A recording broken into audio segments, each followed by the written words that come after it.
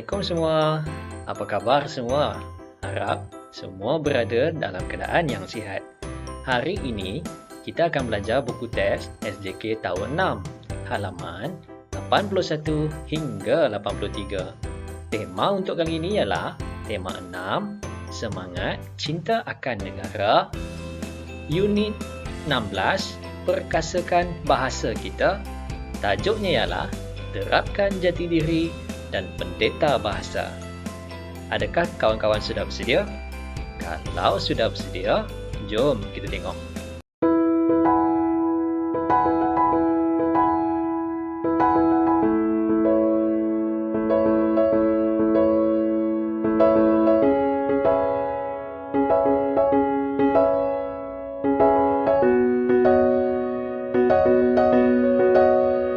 Okey. Ini ialah muka surat 81 dan 82. Untuk kali ini, kita akan belajar kedua-dua muka surat ini.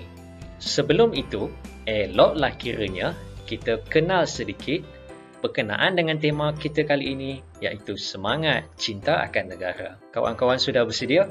Kalau begitu, kita mulakan. Baiklah semua, cikgu akan terangkan dulu beberapa maksud peribahasa dan slogan yang terdapat dalam tema ini. Yang pertama, berpantang maut sebelum ajal. Maksudnya ialah tidak akan mati sebelum sampai waktu yang ditentukan Tuhan. Yang kedua ialah biar putih tulang, jangan putih mata. Maksudnya, lebih baik mati berjuang daripada menanggung malu kerana menyerah kalah. Seterusnya ialah buatan Malaysia pilihan bijak. Maksudnya ialah kualiti barangan Malaysia adalah setanding dengan barangan luar negara. Yang keempat ialah Allah membeli, menang memakai. Maksudnya ialah barang yang baik atau berkualiti memang mahal, tapi dapat bertahan dengan lama.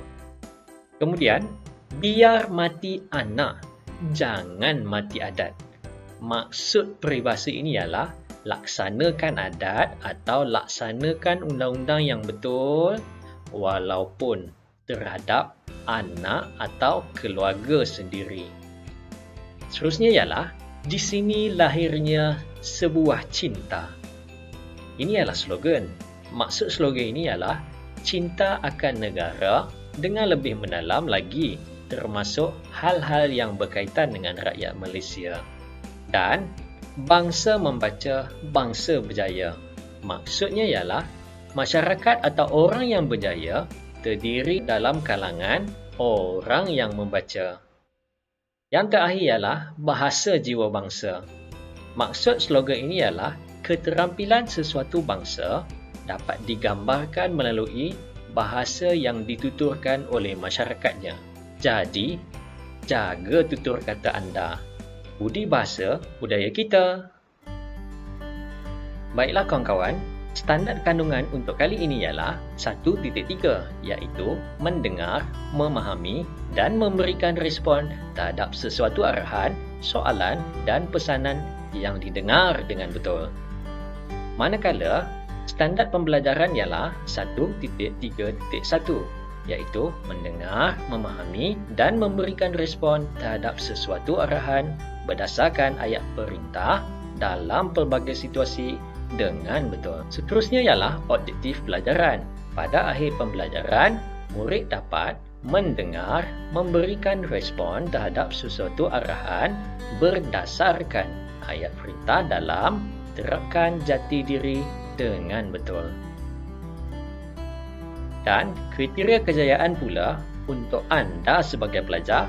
Pada akhir pembelajaran, saya dapat mendengar dan memberikan respon sekurang-kurangnya 1 daripada 3 arahan berdasarkan ayat perintah dalam terapkan jati diri dengan betul. Okey, adakah anda sudah bersedia? Jom kita belajar.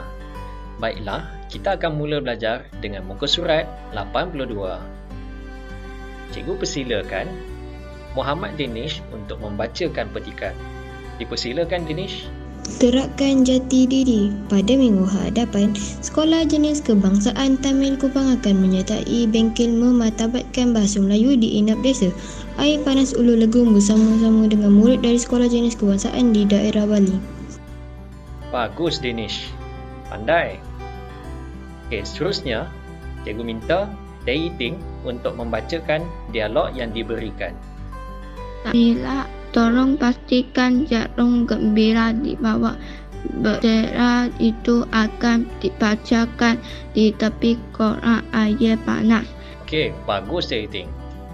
Sekarang, kita perlu pastikan di mana ayat perintah. Jika kita nak pastikan ayat perintah, mula-mula kita perlu cari kata perintah. Ingat balik, kita ada beberapa kata perintah. Contohnya ialah tolong, harap, sila dan jangan. Di sini ada perkataan tolong. Jadi, bila kita sudah kenal pasti perkataan tolong, ini ialah ayat perintah. Jadi, apa yang perlu kita buat ialah ulang semula. Teh Ting, boleh berikan respon untuk ayat Cikgu Selvi? Cikgu Selvi akan saya pastikan bendera itu akan dibacakan di tepi koran air panas. Okey, bagus Teh Ting. Kita hanya ambil ayat perintah saja. Ayat perintah terletak di hadapan. Jadi, ulang semula ayat perintah untuk memberikan respon. Seterusnya, kita akan pergi kepada petikan atau dialog yang kedua. Ragesh, semasa bengkel memartabatkan bahasa Melayu nanti, sila pastikan setiap kumpulan terdiri daripada pelbagai kaum. Tujuannya adalah untuk pemupukan semangat perpaduan. Adakah anda sudah kenal pasti di mana kata perintah? Ya, betul. Kata perintah ialah sila. Jadi, ambil perkataan sila sehingga titik. Cikgu minta Li Jishuan untuk memberikan respon terhadap ayat ini. Cikgu Selvi, saya akan pastikan setiap kumpulan terdiri daripada pelbagai kaum. Bagus Jishuan. Pandai. Jishuan sudah pandai.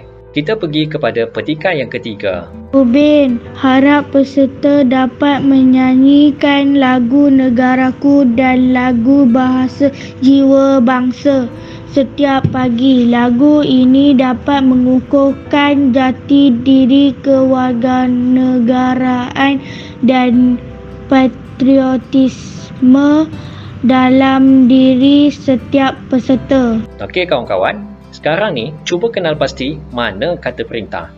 Cikgu Selvi, saya akan pastikan peserta dapat menyanyikan lagu negaraku dan lagu bahasa jiwa bangsa setiap pagi. Bagus Syabira. Baiklah kawan-kawan, adakah anda sudah mengetahui bagaimana cara untuk memberikan respon terhadap ayat perintah? Bagus. Nampaknya semua sudah mahir. Baiklah, sekarang kita akan minta beberapa orang murid untuk membacakan petikan ini. Okey, Chong Tingwei, dipersilakan baca.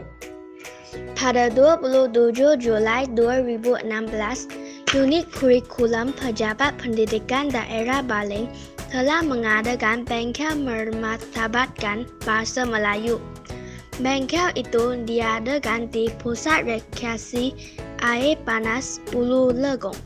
Peserta bengkel itu terdiri daripada murid sekolah jenis kebangsaan daerah Baling. Bagus Jingwei. Intonasi yang bagus. Seterusnya, kita persilakan Liao Yishan untuk membacakan perenggan 2 dan perenggan 3. Penganjuran bengkel itu adalah untuk menggalakkan anggota persatuan menggunakan bahasa Melayu dengan fasihnya.